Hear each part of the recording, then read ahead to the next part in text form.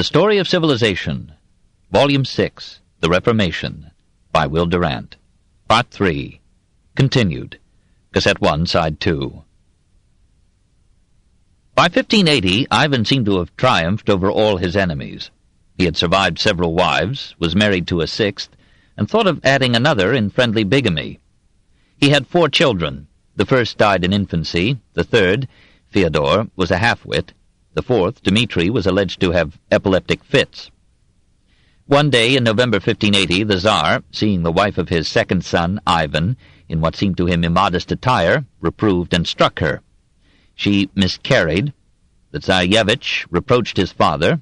The Tsar, in unpremeditated rage, struck him on the head with the imperial staff. The son died from the blow. The Tsar went insane with remorse. He spent his days and nights crying aloud with grief. Each morning he offered his resignation, but even the boyars now preferred him to his sons. He survived 3 years more. Then a strange disease attacked him, which made his body swell and emit an unbearable stench. On March 18, 1584, he died while playing chess with Boris Godunov.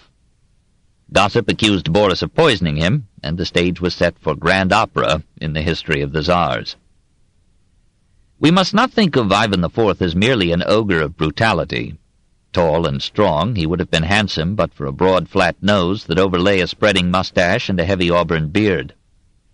The appellation Grozny is mistranslated terrible. It meant, rather, awesome, like the Augustus that was applied to the Caesars. Ivan III had also received the name. To our minds, and even to his cruel contemporaries, he was repulsively cruel and vengeful, and he was a merciless judge. He lived in the age of the Spanish Inquisition, the burning of Servetus, the decapitating habits of Henry VIII, the Marian persecution, the massacre of St. Bartholomew. When he heard of this Holocaust, which a pope welcomed with praise, he denounced the barbarism of the West. He had some provocations which set on fire a readily combustible temper made violent by hereditary or environment. Sometimes, says a witness, a small annoyance made him foam at the mouth like a horse. He confessed and at times exaggerated his sins and crimes, so that his enemies could only plagiarize him in their accusations. He studied zealously and made himself the best educated layman of his land and time.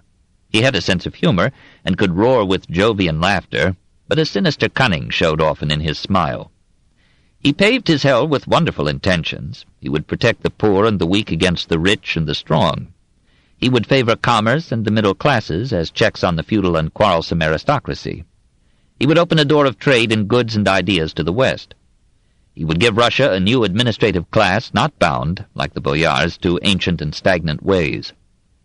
He would free Russia from the Tatars and raise her out of chaos into unity. He was a barbarian, barbarously struggling to be civilized. He failed because he never matured to self-mastery. The reforms that he had planned were half forgotten in the excitement of revolution. He left the peasants more bitterly subject to the landlords than before. He clogged the avenues of trade with war. He drove able men into the arms of the enemy. He divided Russia into hostile halves and guided her into anarchy. He gave his people a demoralizing example of pious cruelty and uncontrolled passion. He killed his ablest son and bequeathed his throne to a weakling whose incapacity invited civil war. He was one of the many men of his time of whom it might be said that it would have been better for their country and humanity if they had never been born. Chapter 30. The Genius of Islam, 1258 to 1520. The Moslem world had sustained, from 1095 to 1291, a series of assaults as violent and religious as those by which it later subdued the Balkans and changed 1,000 churches into mosques. 8 crusades, inspired by a dozen popes, had hurled the royalty, chivalry, and rabble of Europe against Mohammedan citadels in Asia Minor, Syria, Palestine, Egypt, and Tunisia. And though these attacks had finally failed, they had gravely weakened the order and resources of the Moslem states. In Spain, the Crusades had succeeded. There, Islam had been beaten back while its survivors were crowded into a Granada whose doom was leisurely delayed.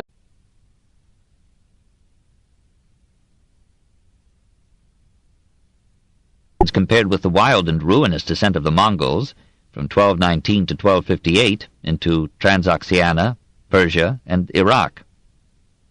City after city that had been a haven of Moslem civilization was subjected to pillage, massacre, and fire. Bokhara, Samarkand, Balkh, Merv, Nishapur, Rai, Herat, Baghdad. Provincial and municipal governments were shattered. Canals, neglected, succumbed to the swirling sand. Commerce was put to flight. Schools and libraries were destroyed. Scholars and scientists were scattered, slaughtered, or enslaved. The spirit of Islam was broken for almost a century. It slowly revived, and then Timur's Tatars swept across western Asia in a fresh desolation, and the Ottoman Turks cut their way through Asia Minor to the Bosporus. No other civilization in history has known disasters so numerous, so widespread, and so complete. And yet, the Mongols, Tatars, and Turks brought their new blood to replace the human rivers they had shed. Islam had grown luxurious and supine. Baghdad, like Constantinople, had lost the will to live by its own arms. Men there were so in love with easeful life that they half invited death. That picturesque civilization, too, as well as the Byzantine, was ripe to die. But so rich had it been that, like ancient Greece and Renaissance Italy, it was able, by its salvaged fragments and memories, to civilize its conquerors. Persia, under the Mongol Ilkhans, developed an enlightened government, produced good literature and majestic art, and graced history with a noble scholar, Rashid ad-Din. In Transoxiana, Timur built almost as impressively as he had destroyed, and amid his ravages he paused to honor Hafez. In Anatolia, the Turks were already civilized, and poets among them were as plentiful as concubines. In Egypt, the Mamluks continued to build like giants. And in West Africa, Islam fathered a philosopher-historian beside whom the greatest pundits of contemporary Christendom were midges, snared and starved in the cobwebs of scholasticism. And meanwhile, Islam was spreading through India to the farthest reaches of the East. 1. The Ilkhans of Persia, 1265 to 1337. When Marco Polo set out across Persia in 1271 to see the China of Kublai Khan, he found himself within the Mongol Empire almost all the way. History had never before recorded so vast a realm. On the west, it touched the Dnieper in Russia. In the south, it included the Crimea, Iraq, Persia, Tibet, and India to the Ganges. In the east, it embraced Indochina, China, and Korea. In the north lay its original home, Mongolia. Throughout these states, the Mongol rulers maintained roads, promoted commerce, protected travelers, and permitted freedom of worship to diverse faiths. Hulagu, grandson of Genghis Khan, after destroying Baghdad in 1258, established a new capital at Maraga in northwest Persia. When he died in 1265, his son Abaka became Khan or Prince of Persia, loosely subject to the distant Kublai Khan. So began the Ilkhan dynasty that ruled Persia and Iraq till 1337. Greatest of the line was Ghazan Khan. He was almost the shortest man among his troops, but his will was stronger than their arms. He broke off allegiance to the great Khan in Mongolia or China and made his state an independent kingdom, with its capital at Tabriz. Envoys came to him from China, India, Egypt, England, Spain.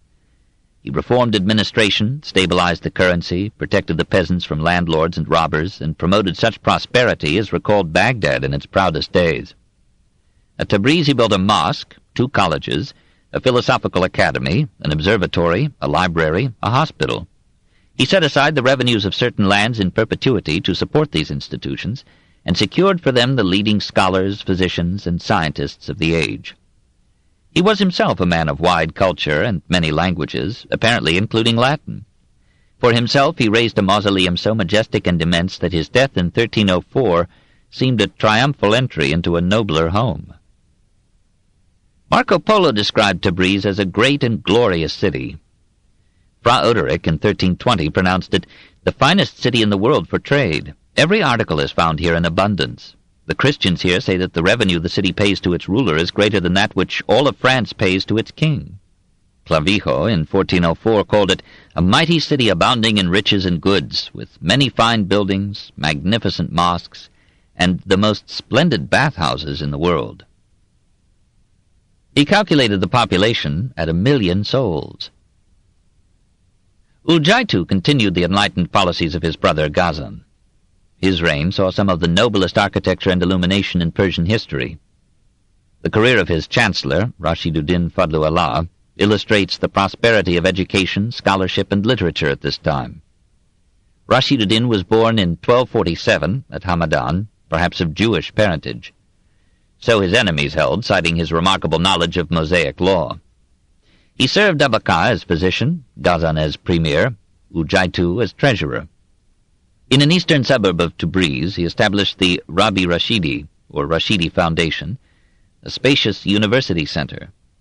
One of his letters, preserved in the library of Cambridge University, describes it. In it we have built 24 caravanserais, or inns, touching the sky, 1,500 shops, surpassing pyramids in steadfastness, and 30,000 fascinating houses, salubrious baths, pleasant gardens, stores, mills, factories for cloth weaving and paper-making have been constructed. People from every city and border have been removed to the said Rab. Among them are 200 reciters of the Koran. We have given dwellings to 400 other scholars, theologians, jurists, and traditionalists, or hadith scholars, in the street which is named the Street of the Scholars. Daily payments, pensions, yearly clothing allowances, soap money, and sweets money have been granted for them all. We have established 1,000 other students, and have given orders for their pensions and daily pay, in order that they may be comfortably and peacefully occupied in acquiring knowledge and profiting people by it. We have prescribed, too, which and how many students should study with which professor and teacher, and after ascertaining each knowledge-seeker's aptness of mind and capability of learning a particular branch of the sciences, we have ordered him to learn that science. 50 skilled physicians who have come from the cities of Hindustan, China, Misr, Egypt, and Sham, or Syria, have all been granted our particular attention and favor in 1,000 ways. We have ordered that they should frequent our house of healing, or hospital, every day, and that every one should take 10 students capable of learning medicine under his care and train them in the practice of this noble art. To each of the opticians and surgeons and bone-setters who work in our hospital, we have ordered that 5 of the sons of our servitors should be entrusted so as to be instructed in the oculist's art, in surgery and bone-setting. For all these men we have found a quarter behind our hospital. Their street is called the Street of the Healers. Other craftsmen and industrialists, too, whom we have transferred from various countries, have been established, each group in a particular street. We must marvel at the industry of a man who, while actively sharing in the administration of a kingdom, found time and knowledge to write 5 books on theology, 4 on medicine and government, and a voluminous history of the world. Moreover, an admiring Moslem assures us, Rashiduddin could give to his writing only the time between morning prayer and sunrise. However, there are cloudy days even in Azerbaijan. He labored 7 years on his Jamiut Tawarikh, or Compendium of Histories. He published it in 2 tremendous volumes, which in English would make 7. Here were substantial accounts of the Mongols from Genghis Khan to Ghazan, of the various Mohammedan states and dynasties in Eastern and Western Islam, of Persia and Judea before and after Muhammad, of China and India, with a full study of Buddha and Buddhism, and a chasteningly brief report on the doings and ideas of European kings, popes, and philosophers. Those who have read these volumes, not yet translated into a European tongue, pronounce them the most valuable and scholarly work in all the prose literature of Persia. Not only did Rashiduddin use the archives of his own government, he engaged Chinese scholars to secure for him Chinese treaties and other documents, and he appears to have read these, and Arabic, Hebrew, Turkish, and Mongolian authorities, in their original languages. To transmit this compendium to posterity despite time and war, Rashiduddin sent copies to scattered libraries, had it translated and disseminated in Arabic, and assigned revenues for making 2 copies every year, 1 in Arabic, 1 in Persian, to be presented to some city of the Moslem world. Nevertheless, much of it has been lost, along with his other works, and perhaps as the result of his political disaster. In 1312, Ujaitu associated with him Ali Shah as co-chancellor of the Exchequer. Under Ujaitu's successor, Abu Sa'id, Ali Shah spread divers charges against his colleague and persuaded the Khan that Rashiduddin and his son, Ibrahim, had poisoned Ujaitu. The historian was dismissed and soon thereafter was put to death in 1318, at the age of 70, along with one of his sons. His properties were confiscated, his foundations were deprived of their endowments, and the suburb Rabi Rashidi was plundered and destroyed. Abu Sa'id made belated amends by appointing another son of the historian his vizier. Ghiyatuddin governed wisely and justly. After Abu Sa'id's death, a period of anarchy brought the dynasty of the Ilkhans to an end, and their realm was divided into petty states, ravaged by war and redeemed by poetry. 2. Hafez, 1320 to 1389. For in Persia, every other man wrote verses, and kings honored poets only next to mistresses, calligraphers, and generals. In Hafez's time, a score of Persian poets won renown from the Mediterranean to the Ganges and from Yemen to Samarkand. All of them, however, bowed to Shamsuddin Muhammad Hafez, and assured him that he had surpassed the melodious Sadi himself.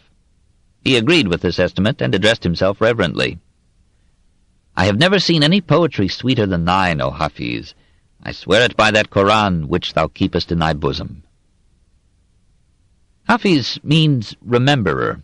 It was a title given to anyone who, like our poet, had memorized the whole Koran. Born at Shiraz at a date and of ancestry unknown, he soon fell into verse. His first patron was Abu Ishaq, who had been appointed Shah of Fars, southeastern Persia, by Ghazan Khan. Abu Ishaq so loved poetry that he neglected government.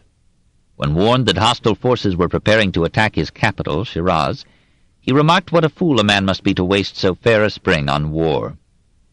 An insensitive general, Ibn Muzaffar, captured Shiraz, killed Abu Ishaq in 1352, forbade the drinking of wine, and closed every tavern in the town. Hafez wrote a mournful elegy. "Though wine gives delight, and the wind distills the perfume of the rose, drink not the wine to the strains of the harp, for the constable is alert. Hide the goblet in the sleeve of the patchwork cloak, for the time, like the eye of the decanter, pours forth blood. Wash the wine-stain from your dervish cloak with tears, for it is the season of piety and the time of abstinence."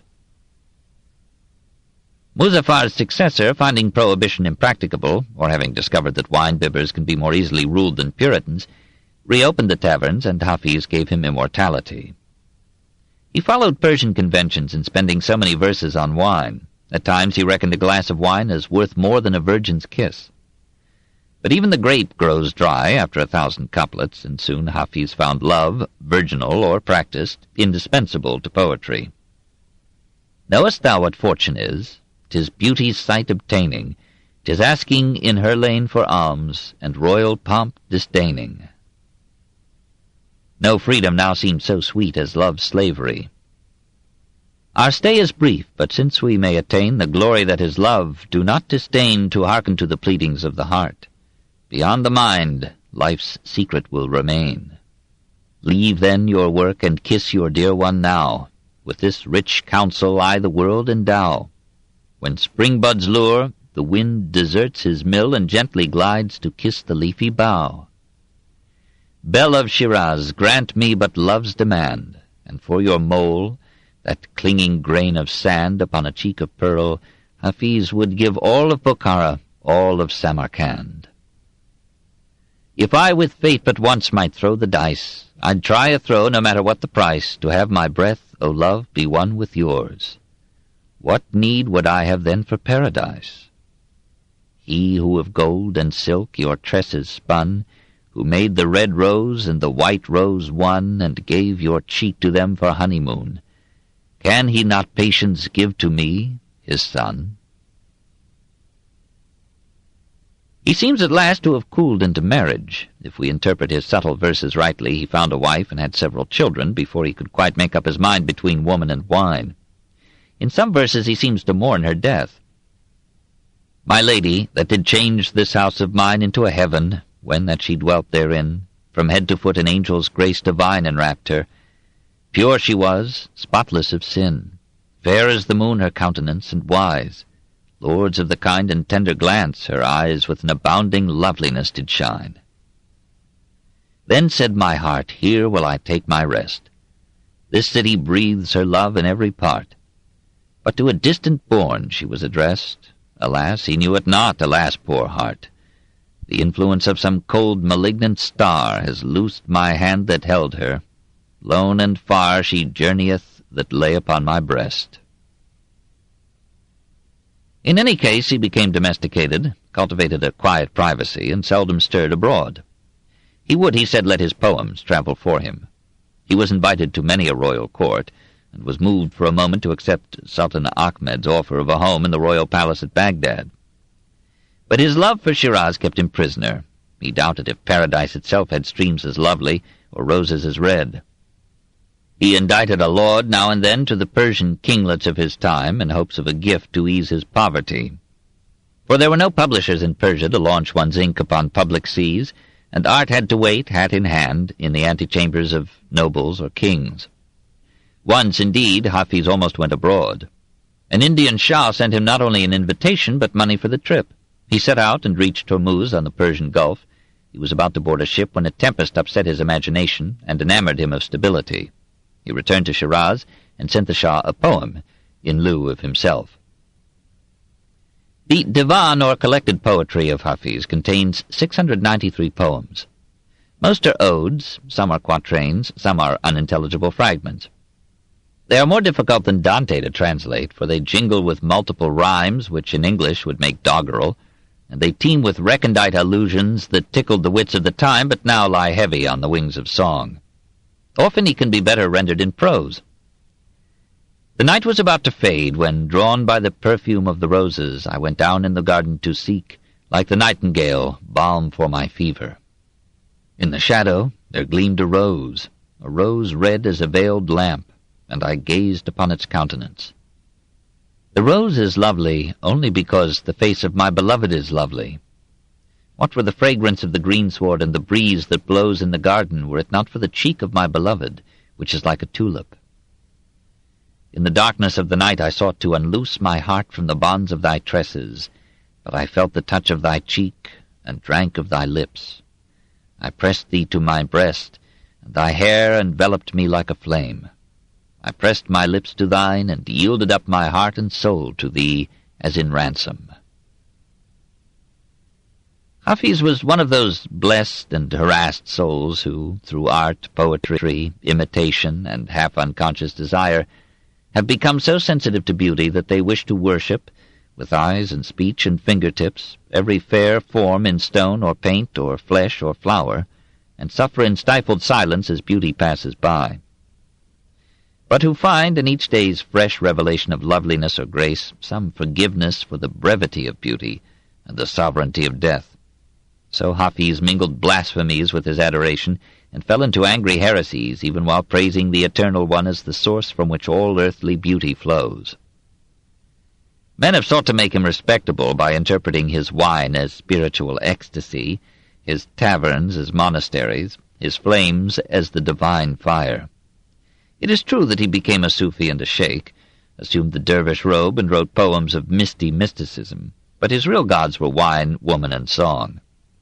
A movement was begun to try him for unbelief, but he escaped by pleading that the heretical verses were meant to express the views of a Christian, not his own.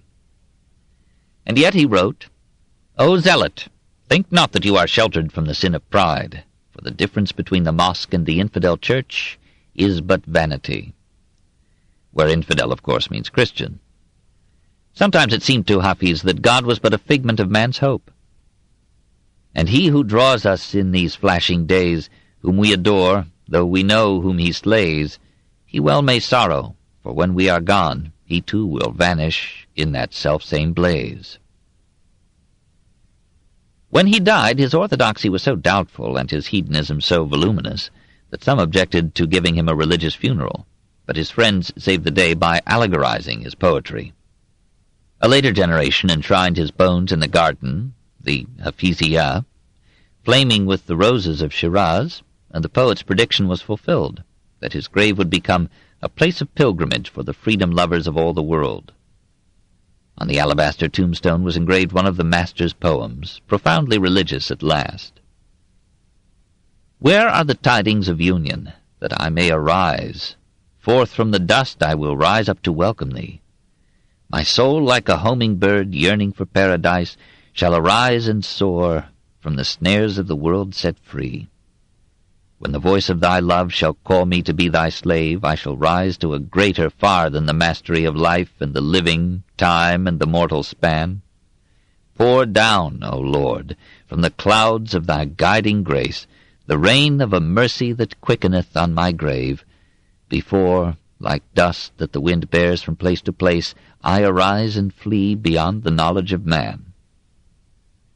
When to my grave thou turnest thy blessed feet, wine and the lute thou shalt bring in thine hand to me. Thy voice shall ring through the folds of my winding sheet, and I will arise and dance to thy minstrelsy. Though I be old, clasp me one night to thy breast, and I, when the dawn shall come to awaken me, with the flush of youth on my cheek, from thy bosom will rise. Rise up. Let mine eyes delight in thy stately grace. Thou art the goal to which all men's endeavour has pressed, and thou the idol of Hafez's worship. Thy face from the world and life shall bid him come forth and arise. 3. Timur, 1336 to 1405. We first hear of the Tatars as a nomad people of Central Asia, kin and neighbors to the Mongols, and joining these in European raids. A Chinese writer of the 13th century describes the common run of them, much as Jordanes had pictured the Huns 1,000 years before. Short of stature, hideous of visage to those unfamiliar with them, innocent of letters, skilled in war, aiming their arrows unerringly from a speeding horse, and continuing their race by an assiduous polygamy. In trek and campaigns they took with them bed and board, wives and children, camels, horses, sheep, and dogs, pastured the animals between battles, fed on their milk and flesh, clothed themselves with their skins.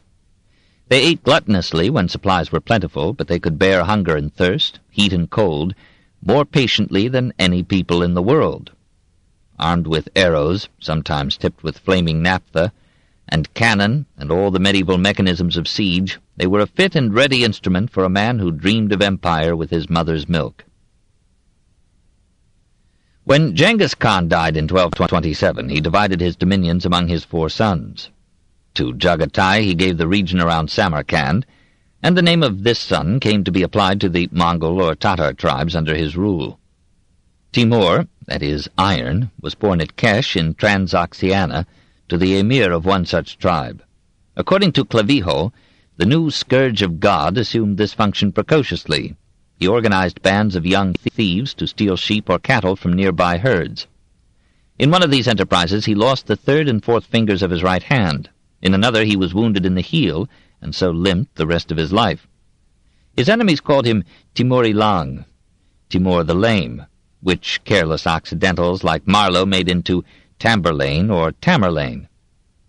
He found time for a little schooling. He read poetry and knew the difference between art and degeneration. When he was 16, his father bequeathed to him the leadership of the tribe and retired to a monastery. For the world, the old man said, is no better than a golden vase filled with serpents and scorpions. The father, we are told, advised his son always to support religion. Timur followed the precept even to turning men into minarets. In 1361, the Khan of Mongolia appointed Khoja Ilyas governor of Transoxiana and made Timur one of Khoja's counselors. But the energetic youth was not ripe for statesmanship. He quarreled violently with other members of Khoja's staff and was forced to flee from Samarkand into the desert. He gathered some youthful warriors about him and joined his band with that of his brother Amir Hussein, who was in like straits.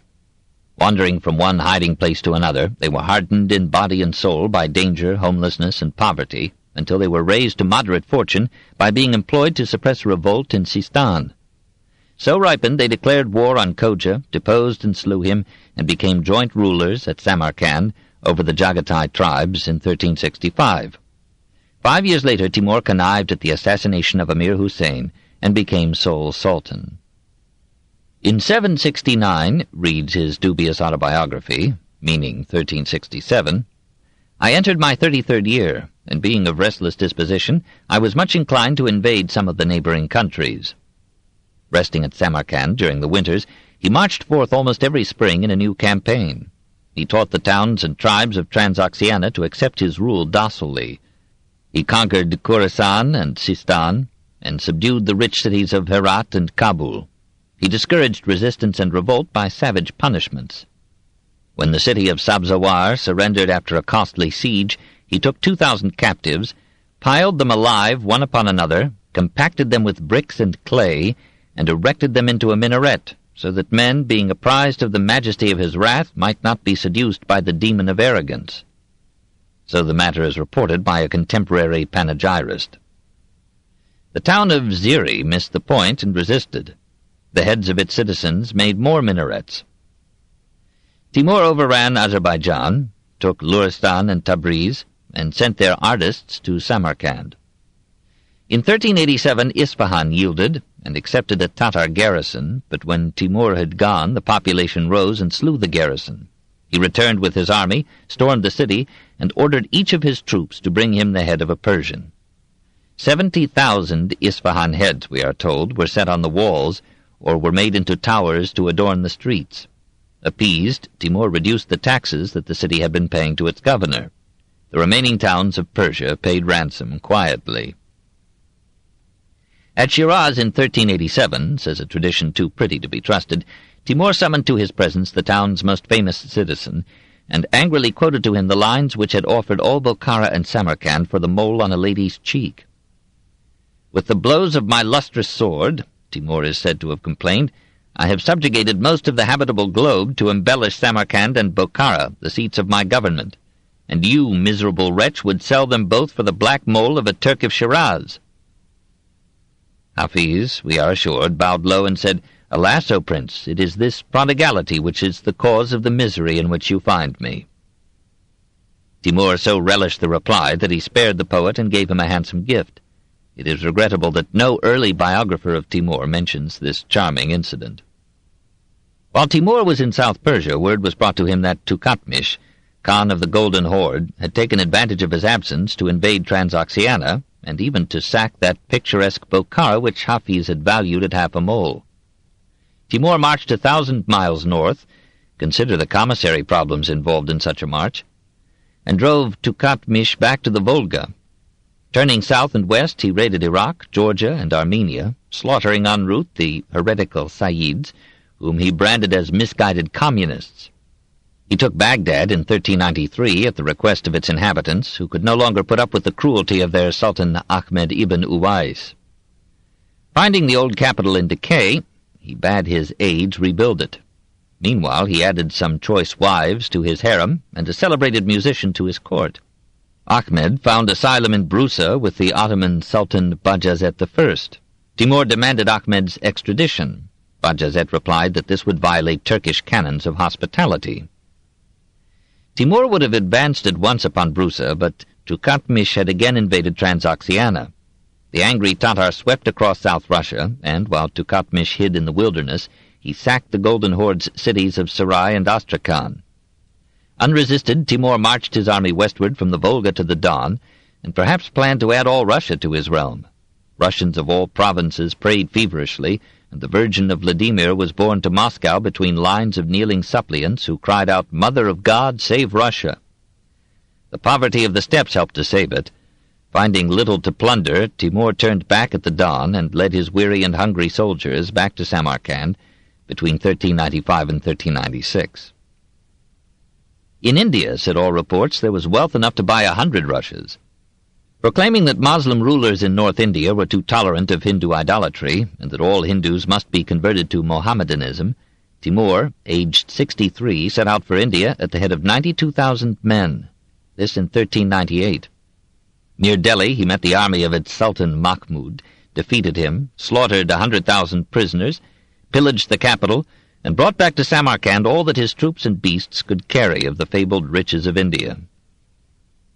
In 1399, still remembering Ahmed and Bajazet, he marched forth again.